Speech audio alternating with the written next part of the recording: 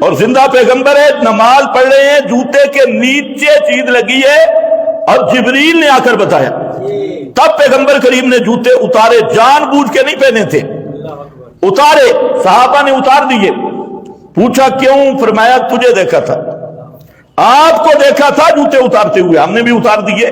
یہ ہے مرتد ہونے والی قوم ہے جنہوں نے پوری دنیا کے ساتھ ٹکر لے لی اور پوری دنیا پہ اسلام کے پرچم کو بلند کر دیا اور پوری دنیا پہ ایک سلطہ اور روب کی ایک ایسی کیفیت طاری کی کہ آج تک بھی کفار ان کے نام سے لرز جاتی ہیں۔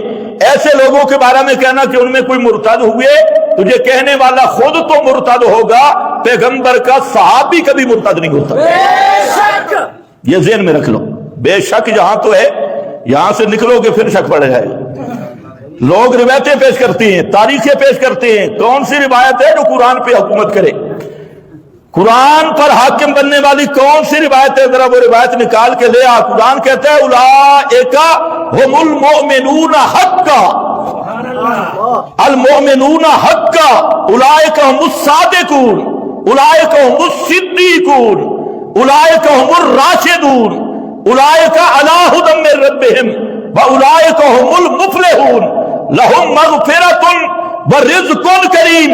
اور قرآن کہتے ہیں یوم لا یخزی اللہ النبی والذین آمنوا معہ، والذین آمنوا نہیں صرف فرمایا، والذین آمنوا معہ، فرمایا قیامت کے دن اللہ پیغمبر کو بھی رسوا نہیں کرے گا اور ان سب لوگوں کو جو آپ کے ساتھ ایمان لائے، یعنی آپ کے صحابہ ہیں، آپ کی معیت میں ایمان لائے۔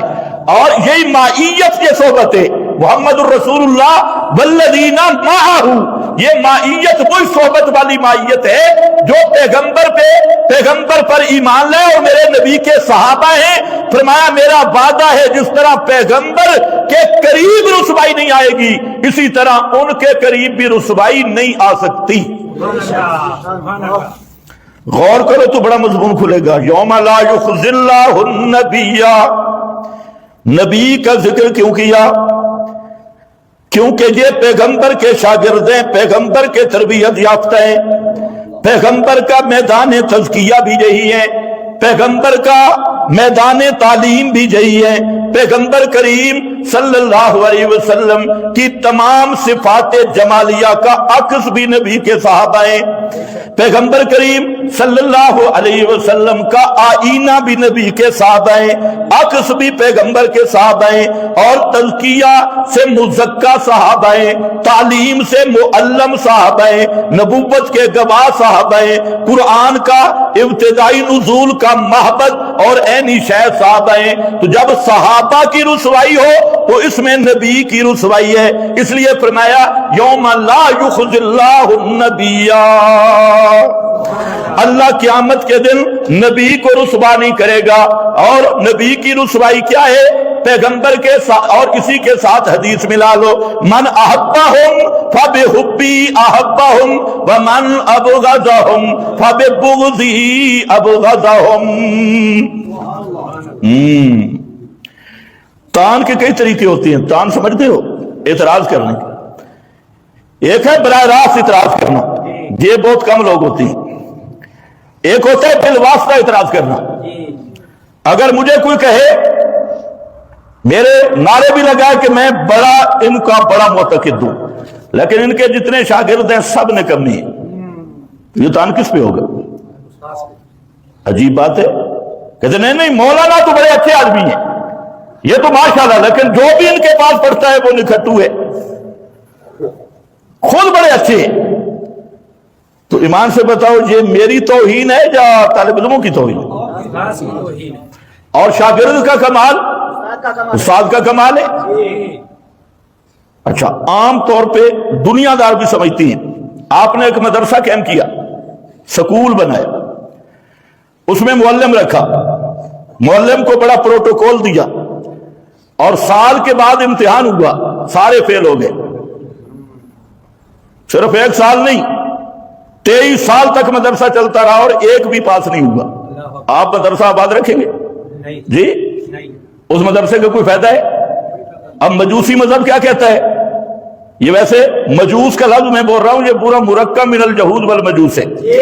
وہ کیا کہتا ہے کہ اللہ نے ایک مدرسہ قائم کیا، معلم محمد مصطفیٰ رکھے اور 23 سال تک معلم نے پڑھایا، 5 تن پاک پہلے ہی پاک تھے، باقی کوئی پاک ہوئے ہی نہیں۔ 5 تن پاک تو پہلے ہی پاک تھے، چند رشتہ دار وہ پہلے پاک تھے، باقی کوئی پاک ہوئے ہی نہیں، اور 23 سال تک قرآن جیسا نصاب بھی رہا، محمد مصطفیٰ جیسا معلم بھی رہا، اور محنت بھی جاری رہی۔ لیکن آپ کی وفات پر ارتد الناس، سب کے سب معاذ اللہ مرتد ہو گئے اور سارے پیچھے مڑ گئے، ایک آدمی بھی پاک نہیں ہوا۔ ایمان سے سوچ لے، اس کا محمد مصطفیٰ کی نبوت پہ ایمان ہو سکتا ہے؟ کیا یہی کمال نبوت ہے؟ کیا یہی یعلمہم الکتاب والحکمہ ویزکیہم کی یہی شان ہے؟ کیا یہی یدخلون فی دین اللہ افواجا اس کا یہی مقام ہے؟ اور اولئک حزب اللہ کا یہی مقام ہے؟ اگر یہ سارے معاذ اللہ مرتد ہو جائیں اور دین سے پھر جائیں تو پھر تو قرآن نہیں، محمد مصطفیٰ کی نبوت نہیں، اور پھر داہریہ اور ملحد اور اس مجوسی مذہب میں کیا فرق نکلے گا؟ اس لیے آج جتنا بھی الحاد پھیل رہا ہے، اس کی بنیاد اگر دیکھی جائے تو یہ رفض کا گٹر ہے، اور رفض کے گٹر سے سارے داریے یہ یہاں سے نکل آ رہے ہیں مختلف صورتوں میں۔ تو خیر بہرحال میں نے یہ بات اس لیے کی کہ بہت سارے شیوخ اور بہت سارے بزرگ اور بہت سارے اکابرین اور بڑے بڑے اکابر مجرمی وہ نادانستہ طور پہ انہیں پتہ نہیں ہے، لیکن وہ اس رفض کی ترجمانی کرتے ہیں، اور جب بیٹھ کے جی فلانا صحابی مرتد ہو گیا، فلانا صحابی مرتد ہو گیا۔ اس لیے یاد رکھو، ڈنکے کی چوٹ پہ نصوص قطعیہ کی روشنی میں ہمارا یہ نظریہ ہے کہ پیغمبر کا صحابی مرتد ہو سکتا ہی نہیں۔ صحابی، اچھا ان کو مانا بھی نہیں آتا، صحابی کہتے کس کو ہے؟ خیر آؤ، وہ ارتداد صوبری کا مقابلہ کرنے والے وہ کون لوگ تھے؟ اس کے مقابل اللہ ایک قوم کھڑی کرے گا، اور وہ میں دلائل سے ثابت کر چکا ہوں کہ دنیا نے دیکھا، آنکھوں سے دیکھا، مشاہدہ کیا کہ ارتداد کے مقابل کون سی قوم آئی۔ ارتداد کے مقابل سب سے پہلی قوم صوفہ جو بتا رہا ہے وہ قوم آئی، اور وہ تھی ابو بکر صدیق رضی اللہ تعالی عنہ کی جماعت۔ انہوں نے اس ارتدادی فتنوں کا مقابلہ کیا، اور جتنے بھی باطل پرست فتنے تھے سب کی سرکوبی کی، اور اس پر مفسرین اہل سنت متفق ہیں کہ اس قوم سے مراد ابو بکر اور اس کی جماعت ہے۔ اس پہ میں دلائل پیش کر چکا ہوں، اب نہیں ضروری۔ یہاں ضمناً میں سوچ رہا تھا، جب پچھلے جمعہ پہ میں بیان کر رہا تھا، ٹائم نہیں تھا، دل میرا کر رہا تھا کہ درمیان سے ایک موضوع نکالوں، تو آج تھوڑا سا سن لو۔ 6 اوصاف ذکر کیے۔ پہلا وصف پہ یحبہم، یہ ذرا غور سے سننا، ابو بکر صدیق کی شان بیان ہو رہی ہے، ان صحابہ کی۔ یحبہم، اللہ کے وہ محبوب ہوں گے، اللہ ان سے محبت کرے گا۔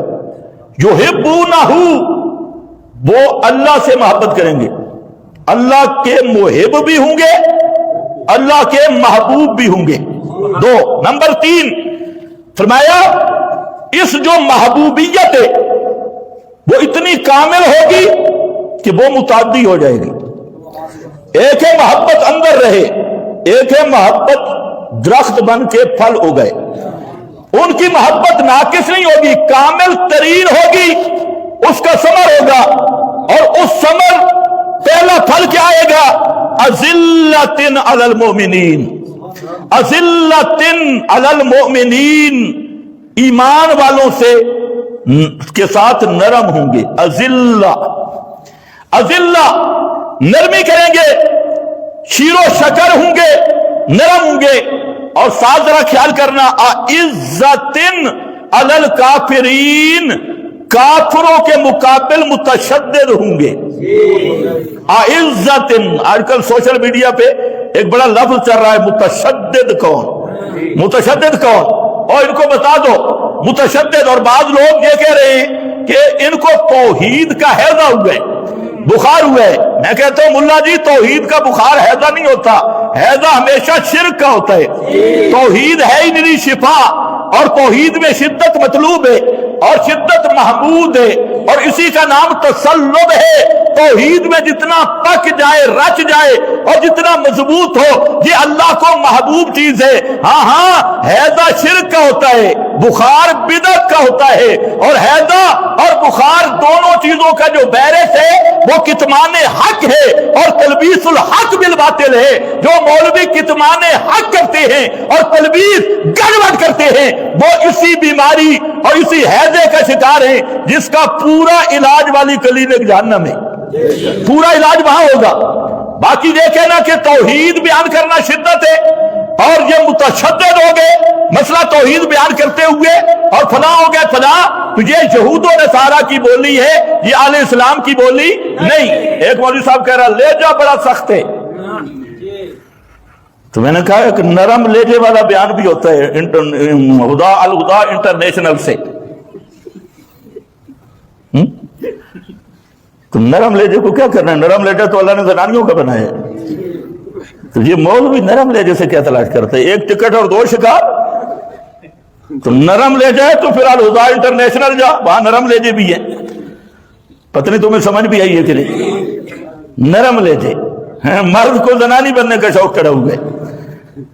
تو آؤ، اللہ فرماتے ہیں یہ محبوبیت، یہ محبت اتنی کامل ہے، اور جب محبت کامل ہو جاتی ہے تو اس کا ثمر پہلا نکلتا ہے مومنوں کے ساتھ نرمی، رحماء بینہم، رحماء بینہم، آپس میں کھنڈ کھیریں، رحماء بینہم، آپس میں رحیمیں۔ یہ تب ہوگا کہ دل میں اللہ کی محبت ہوگی، پھر مسئلہ بیان کرنے والوں سے محبت ہوگی۔ جب توحید رچ پچ جائے تو جو بھی نغمہ توحید سنائے گا اس کے ساتھ محبت ہوگی، اور اگر توحید اندر نہیں، توحید صرف فیسوں تک ہے، توحید صرف پیری مریدی کی دکان چمکانے تک ہے، اور توحید صرف چند بے وقوفوں کو بے وقوف بنانے کے لیے، پھر کبھی اپنوں سے نرمی نہیں ہوگی۔ پیغمبر کریم صلی اللہ علیہ وسلم کو دیکھ لے، سچے دائی، اس کے دل میں صحابہ کی محبت کتنی ہے، صحابہ کا پیار کتنا ہے۔ تجھے اللہ کی محبت کامل نصیب ہو تو پھر توحید والوں سے پیار ہوتا ہے، اور جمہوریت والوں سے نفرت ہوتی ہے، طاغوت والوں سے نفرت ہوتی ہے، غیر اللہ کے پجاریوں سے نفرت ہوتی ہے، قبر کے پجاریوں سے نفرت ہوتی ہے، مردوں کے سمائیوں سے نفرت ہوتی ہے، آذر کا مذہب سے پھر نفرت ہوتی ہے، آذر کے مذہب، آذری مذہب، اس سے پھر نفرت ہوتی ہے۔ یہ تب ہوتا ہے کہ توحید کامل ہو، صرف زبان پہ نہ ہو، گھنڈی گھنڈی پہ نہ ہو، اور لا یتجاوز حناجرہم، یہ اس سے نیچے چلی جائے، اوپر نہ ہو، تو پھر کیا ہے؟ اذلۃ علی المؤمنین اعزۃ، اسی کی تفسیر قرآن نے کر دی، اشداء علی الکفار رحماء بینہم، کافروں پہ سخت، مومنوں کے ساتھ نرم۔ آج تو معاملہ الٹا ہو گیا ہے، مسئلہ بیان کرنے والوں کے حق میں سخت، طاغوتیوں کے حق میں سجدہ ریز، ان کے جوتوں کو چاٹنا سعادت سمجھتے ہیں، اور مسئلہ بیان کرنے والے بن گئے متشدد، اور یہ ان کا لہجہ سخت ہے، ان کا انداز ٹھیک نہیں ہے، اور جو کٹر مداہن اور بے ایمان ہے، خالص بدتی، پیور گٹر بدت کے گٹر کے کیڑے، ان کی پوجا شروع ہو جاتی ہے، اور یاد رکھو یہ اللہ کا عذاب ہے۔ ہاں، یہ اللہ کے عذاب کی شروعات ہوتی ہے۔ آگے فرمایا یجاہدون فی سبیل اللہ، جہاد نہیں ہو سکتا جب تک عقیدے میں شدت نہ ہو، جب تک عقیدے میں تسلب نہ ہو، مضبوطی نہ ہو۔ جہاد تب ہوتا ہے جب توحید کی غیرت ہو، توحید کے عقیدے کو زنگ نہ لگ جائے، اور توحید کے عقیدے کو زنگ لگتی ہے اہل بدعت کے ساتھ اختلاط کرنے سے، اہل شرک کے ساتھ اختلاط کرنے سے۔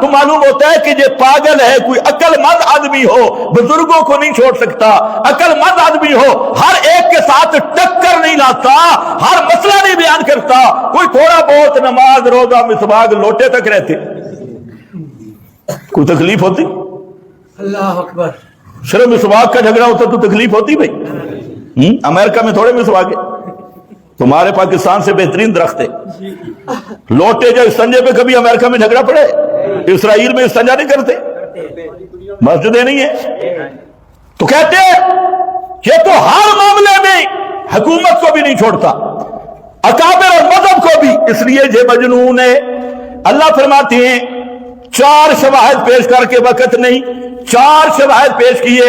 فرمایا ما انتا بے نعمت ربک بمجنون, ما انتا بے نعمت ربک بمجنون.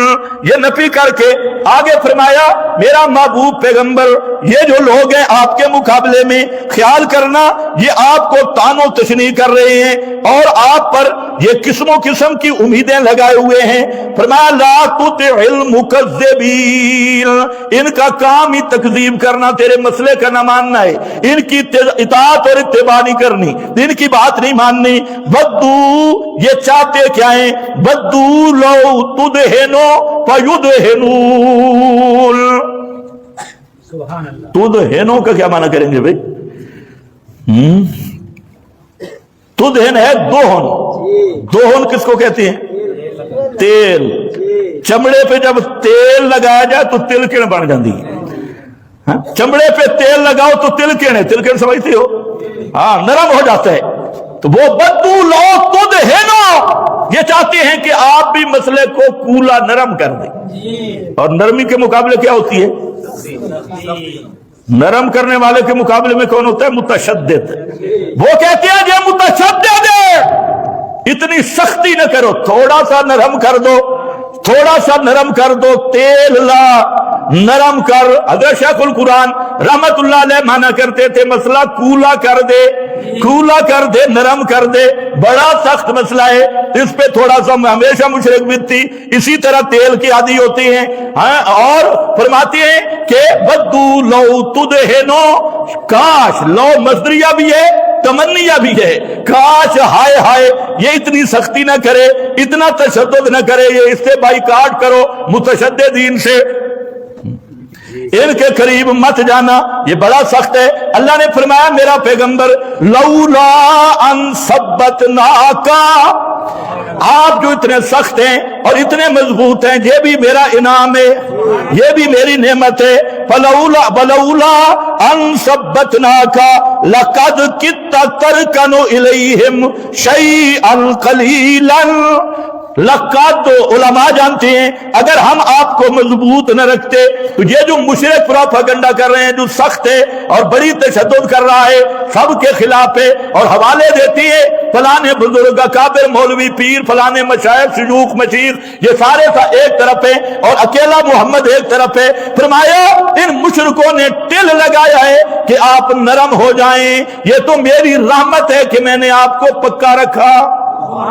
لولا ان ثبتناک لقد کدت ترکن الیہم شیئا قلیلا.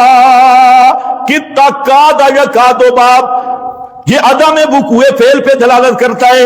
پھر ترکنو تھوڑا سا میلان, رکون کا معنی تھوڑا ٹیڑھا ہونا, تھوڑا میلان کرنا. اور پھر شیئن مادتن عام ہے, نکرہ ہے, اور پھر تاتن نفی ہے, اور قلیلن مادتن قلت کا معنی ہے. اوپر پھر تنوین تنکیر کی ہے اور سیاق کے نفی بھی ہے. پانچ امور کٹھے کر دیے. فرمایا میرا پیغمبر اگر آپ مسئلے میں تھوڑا سا اس سے بھی تھوڑا سا نرمی کریں گے, اگر نرمی کی تو یاد رکھنا ہے لَأَذَقْنَاكَ ضِعْفَ الْحَيَاةِ وَضِعْفَ الْمَمَاتِ, ہم آپ کو بھی ڈبل عذاب دیں گے.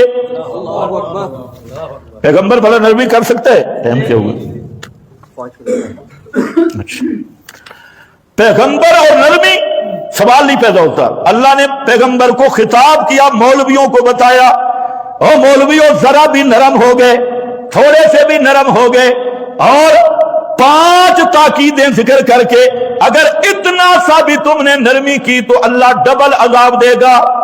فرمایا یہ تو چاہتے یہ ہیں بدو لو تدہنو فیدہنون، اس کے بعد جو نرمی چاہتے ہیں اور تشدد سے بھاگتے ہیں ان کے بارے میں قرآن پاک نے 10 نمبر بیان کیے، مداہنین کے لیے 10 نمبر، اور وہ نمبر ایسے ہیں کہ پہچانا بھی مشکل ہے۔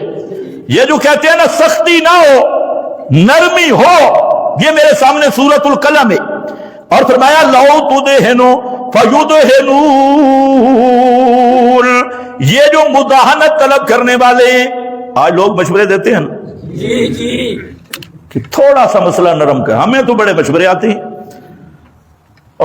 بڑے بڑے مشورے آتے ہیں، تھوڑی سی نرمی کرتے ہیں، کہتے ہیں یار ہم متاثر بڑے ہیں آپ سے لیکن تھوڑی سی نرمی کر، یہی ابو جہل کہتا تھا، یہی یہودی کہتے تھے جو آج ہمیں کہا جا رہا ہے، بالکل یہی تھا جی۔ کبھی کہیں گے جی مولوی تو ہم مانتے ہیں لیکن سخت بڑے، اور نہیں سنا تم نے کبھی، متشدد بڑے، لیجا بڑا سخت ہے، طرز بڑی سخت ہے، فلانا بڑا سخت ہے، تھوڑی نرمی چاہیے۔ اور سنو نرمی کا مطالبہ کرنے والے ہیں کون؟ قیامت تک کے لیے جو مداہنت کرنے والا ہے، یا مداہنت اور اس نرمی کا مطالبہ کرنے والا ہے، اللہ نے اس کے لیے 10 نمبر بیان کر کے گویا کہ اللہ نے فرما دیا کہ یہ 10 نمبر یا بدماش ہے۔ یہ کون ہے؟ 10 مولوی ہے، 10 نمبر یا بدماش، پیر ہے، 10 نمبر یا بدماش۔ سب سے بڑا بدماش وہ ہے جو کہتے ہیں توحید میں نرمی کر لو، مسئلہ توحید دعوت الانبیاء میں نرمی کا مطالبہ کرو۔ اب ایک ایک لفظ بیان کروں تو کام بڑا لمبا ہو جائے گا، میں کوشش کرتا ہوں تھوڑا تھوڑا آپ کو پتہ چل جائے کہ یہ 10 نمبر کیا ہے۔ یہ خاص 10 نمبر ہیں۔ فرمایا یہ جو مسئلہ توحید کو سخت کہتے ہیں، بیان کرنے والوں کو متشدد کہتے ہیں، یہ آج والوں کی بات نہیں کر رہا، وہ پیغمبر کے زمانے میں قرآن ایک کردار ذکر کرتا ہے، اوصاف ذکر کرتا ہے جس پہ پھٹ آ جائیں۔ پچھلے جمعے پہ میں نے ایک بیان کیا، بہت سارے شیخ الحدیث وہ تڑپ رہے ہیں، ایک کہتے ہیں میرے بارہ میں تھا، دوسرا کہتے ہیں میرے بارہ میں تھا، تیسرا کہتے ہیں میرے بارہ میں تھا، چوتھا کہتے ہیں میرے بارہ، 7 کا تو مجھے پتا ہے، کہتے ہیں میرے خلاف کی ہے۔ تو میں نے کہا جن میں یہ اوصاف ہے ان سب کے خلاف ہے، پریشانی کی ضرورت ہے۔ میں نے تو کسی کا نام نہیں لیا، نام تو میں نے نہیں لیا، میں نے کہا یہ کرتے ہیں، اب جس پہ آ جائیں الحمدللہ فٹ ہو جائیں ہم خوش ہیں۔ تو پتہ چل گیا 7 بزرگ تو کھڑے ہو گئے بھئی ہمارے خلاف کا، بھئی میں نے کسی کا نام نہیں لیا، تم نے اب اگر تم سمجھتے ہو کہ یہ اوصاف تمہارے اندر ہے تو تمہیں کہا، اور اگر تمہارے اندر نہیں تو خامخواہ رگڑے میں کیوں آتے ہو؟ اگر تمہارے اندر یہ اوصاف ہیں جو میں نے بیان کیے، 7 نہیں، 7,000 نہیں، 7 لاکھ ملا کھڑا ہو جائے اور کہے مجھے کہا، میں کہتا ہوں بالکل تجھے کہا، اور اگر تم میں اوصاف نہیں تو پھر اس رگڑے سے بچ جاؤ، خود بھاگ جاؤ، پردہ کر لو، سامنے آنے کی ضرورت نہیں۔ خیر اب آ رہے ہیں اوصاف۔ فرمایا وَلَا تُطِعْ كُلَّ حَلَّافٍ کثیر الحلف، حلاف بڑی جھوٹی قسمیں اٹھانے والا، حلاف کبھی سر پہ قرآن رکھ کے کہتے ہیں لوگوں میرے سر پہ قرآن ہے، اللہ کی قسم مردے سنتے ہیں، فلانا سنتا ہے، بے ایمانہ ہے، کبھی قسمیں اٹھاتا ہے میں بڑا مخلص ہوں، کبھی جی میں فلانا، حلاف بڑی بڑی قسمیں، کثیر قسمیں اٹھانے والا، جھوٹ بول بول کے ہر جھوٹ پہ قسموں کا لیپ لگانے والا، پردہ کرنے والا تاکہ لوگوں کو یقین ہو جائے، اعتبار ہو جائے۔ جب جاؤ گے قسم اٹھائے گا اللہ کی قسم میں تمہارا بڑا خیر خواہ ہوں، اسلام آباد دورہ پڑھنے نہیں جانا، میں تیرا بڑا خیر خواہ ہوں، میری چٹی داڑھی ہو گئی ہے تے دھوپتے نہیں ہوئی، فلانی جگہ پہ ہے وہاں تو جائیں تو، یا کہ جو سمجھدار بے ایمان ہوتے ہیں وہ کیا کہتے ہیں وہاں تو دورہ حدیث کے بعد جاؤ، موقوف پڑھنے کے بعد جاؤ، سادسہ خامسہ پڑھنے کے بعد جاؤ۔ مقصد کیا ہوتا ہے کہ اگر یہ نوجوان چلے گئے، چھوٹے بچے چلے گئے، ان کا ذہن ہوتا ہے صاف، اور ان میں اگر مسئلہ توحید بھر دیا گیا پھر ہمارے کام کے نہیں. اور جو بڑے ڈنگر ہم بھیجیں گے ان میں شرک بدعت کی پوری زنگ چڑھائیں گے, اکابر پرستی کی, قبر پرستی کی, بت پرستی کی, بدعت نوازی کی پوری اس پر ہم لنٹر ڈالیں گے. اب یہ جائیں گے تو 2 مہینوں میں یہ لنٹر ٹوٹ بلا کیسے سکتا ہے؟ ہماری زنگ رہے گی, یہ بھی وہاں پھر کے آ جائیں گے. میں کہتا ہوں کہ 2 مہینے نہیں 2 دن بھی انشاءاللہ رہ گیا, تیرا زنگ گیا, تیرا زنگ گیا تے اللہ کی توحید کا رنگ آیا. صبغۃ اللہ ومن احسن من اللہ صبغا ونحن له عابدون. بے فکر رہے کہتے چھوٹے طالب علم نہ جائیں, بڑے طالب علم پہنچیں. مقصد یہی ہے کہ بڑوں کو تو ہم نے بے ایمان بنا دیے, اب ان میں ایمان بھرنا مشکل ہے, اور چھوٹے چلے گئے تو یہ سیدھے مسلمان ہو جائیں گے. خیر بہرحال قسمت کا سودا ہے. 10 نمبر حلاف کثیر الحلف, بڑی قسمیں اٹھانے والا, بات بات پہ قسمیں. ایک فرمایا دوسرا کیا ہے؟ مہین عند اللہ ذلیل آدمی.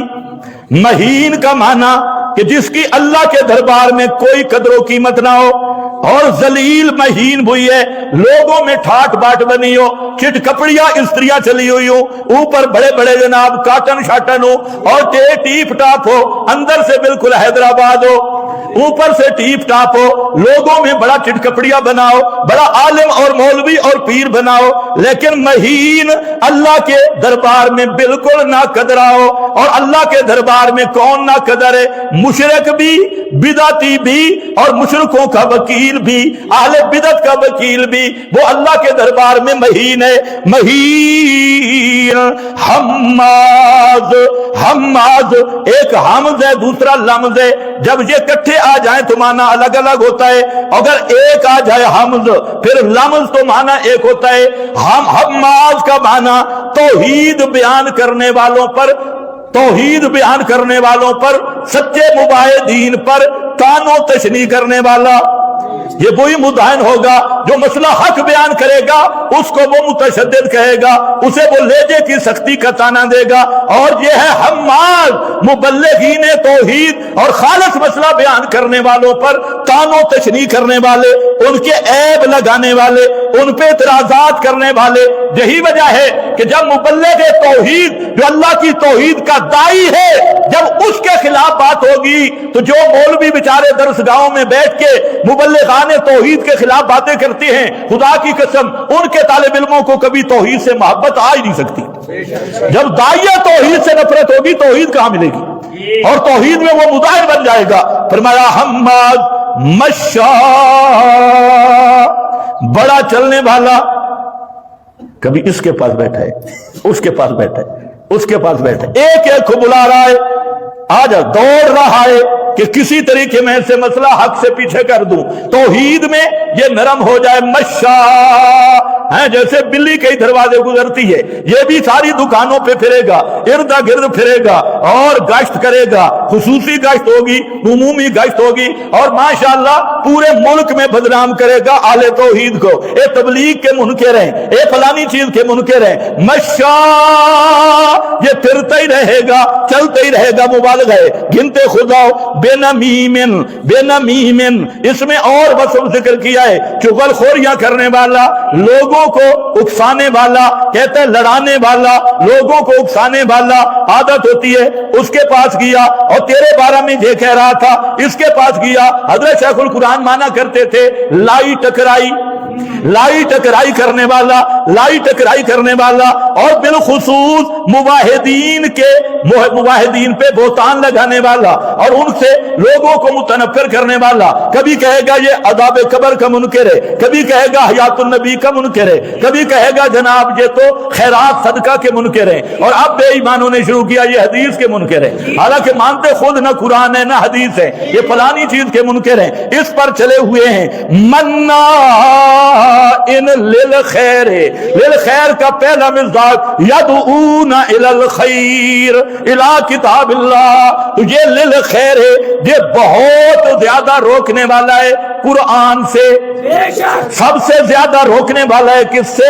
قرآن سے، اور دور ہے قرآن سے، سب سے زیادہ روکنے والا ہم ینہون عنہ و ینہون عنہ، خود بھی بھاگتے ہیں اور ینہون لوگوں کو بھی روکتے ہیں کہ تم نے قرآن نہیں پڑھنا اور وہاں نہیں جانا، ہم داخلہ بھی نہیں دیں گے۔ ہاں تیری بڑی مدینہ یونیورسٹی ہے نا داخلہ، طالب علموں کو روک کیا ڈالتے؟ اگر تم گئے چلے گئے مفتاح قرآن میں دورہ تفسیر پڑھنے، آئندہ سال داخلہ نہیں دیں گے، مارو بے ایمانا، تو سیب وے کا شاگرد لگتا ہے تیری حیثیت تجھے ساری رات رٹا لگاتا ہے، اور وہ بھی نہ پتہ متن کا، نہ شرح کا، نہ کتاب کا، نہ مصنف کا، اور صبح بیٹھ کے بک بک کرتا ہے، اور طالب علموں کے سامنے تو بڑا شیخ الحدیث بنائے اور شیخ الامام الفنون بنائے، اور حالانکہ تو بالکل لام یبوج آپ نے کہہ دیا، میں نے خالی جگہ چھوڑ دی، ٹائم ختم ہو گئی ہے۔ تو مناع للخیر، خیر سے روکنے والا، ہائے قرآن کی طرف نہ جائے، ہائے سنت کی طرف نہ جائے، ہائے سچے مسئلے کی طرف نہ جائے، سب سے زیادہ روکنے والا الخیر، اس خیر سے، خیر عام ہے لیکن پہلا مصداق قرآن ہے، سنت ہے، اور فرمایا معتدن، معتدن اور دفعہ لگیا، معتدن ہے بھی بدتی، ہے بھی مشرک، حد سے گزرنے، ہے بھی للوڑ، معتدل حد سے تجاوز کرنے والا، ہے بھی طاغوتی، خود بھی پلیت ہے، پورا گٹر ہے، معتدل عصیم، دنیا کی ہر گندگی اس میں ہے، ہر گندگی کے ساتھ محبت ہے۔ کون؟ جو کہتا ہے سختی نہ کر، ودو لو تدہنو فیدہنون، سر سے لے کے پاؤں تک جہاں بھی نظر پڑے اس میں گناہ ہی گناہ نظر آئے گا، غلطی غلطی نظر آئے گی۔ عصیم مجسمہ اسم ہے، پورا عصیم، اوپر نیچے سے عصیم ہے، اور گناہوں کا پورا ڈبہ ہے۔ اتلن، اتلن آکڑ خانے، اتلن بڑا موٹے دماغ والا، موٹے جسم والا، بالکل بدھو کمپنی ہے، زیادہ کھانے والا، اکول، اس کے کئی معنی ہیں، بہرحال میں مرادی معنی بیان کر رہا ہوں۔ ہاں کھائی آؤ بھائی، کھائی آؤ، ڈڈا نو بدھائی آؤ، جی میں انے کو جی میں اٹا پیندیا نے پائی آؤ۔ اتلل بعد ذالک زنیم، زنیم کا میں ترجمہ نہیں کر سکتا جا، علماء کے لیے کر دوں گا، تمہارا یہ جو مشہور ہے نا ولد الحرام، یہ نہیں ہے ترجمہ، یہ جو مولوی کرتے ہیں۔ بعد ذالک زنیم المشہور فی الابنا، کیا المشہور فی الابنا، خیر عربی تو بولو، ابنا، ابنا کس کو کیا معنی کریں گے؟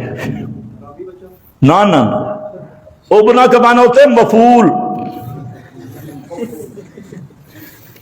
یہ تھوڑا سا معنی میں نے کر دیا، المشہور فی الابنا، ابنا کا معنی کیا ہوتا ہے؟ مفعول، سمجھ گئے نا؟ ہاں یہ تحقیر ہے، اور یہ معنی بڑے بڑے حضرات نے کی ہے، اہل لغت نے بھی، اہل تفسیر نے بھی۔ میں یہاں سٹیج پہ ویسے بیان نہیں کرتا، انشاءاللہ دورے میں بیان کر دوں گا، تو وہاں تو سمجھانا ضروری ہے۔ آپ سمجھ گئے ہوں گے، بلاول بھٹو سمجھ لو، مخنث ہے بھی بالکل مخنث، ساری حرکتیں بھی مخنث تو سمجھتے ہو، مخنث ساری حرکتیں مخنثوں والی، تو ہے یہ مخنث زنیم، پورا مخنث مفعول ہے، اور پورا علت المشائخ کا مریض ہے، مریض بے علت المشائخ، یہ مہذب لفظ ہے، ورنہ یہ فعل اتنا مذموم ہے کہ خنزیر بھی اس سے بھاگتا ہے۔ تو خیر بہرحال یہ ہے بعد ذالک زنیم، 10 نمبر بیان ہو گئے کس کے بارے میں؟ جو کہتے ہیں مسئلہ توحید میں شدت نہ کرو، سختی نہ کرو، ودو لو تدہنو فیدہنون،